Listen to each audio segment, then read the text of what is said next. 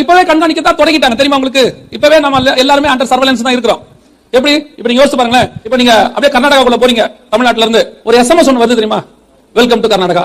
அடுத்து நீங்க வந்துட்டு இதுக்குள்ள போறீங்க கேரளாக்குள்ள, வெல்கம் டு கேரளா. இந்த SMS எப்படி வருது? அந்த மாநிலத்தை சாராத ஒரு நெட்வொர்க் புதுசாக உள்ளே நுழையும் போது அந்த மாநிலத்தை கண்காணித்துக் கொண்டிருக்கிற சேட்டிலைட் ஒரு SMS உங்களுக்கு அனுப்புது. என்ன அனுப்புது?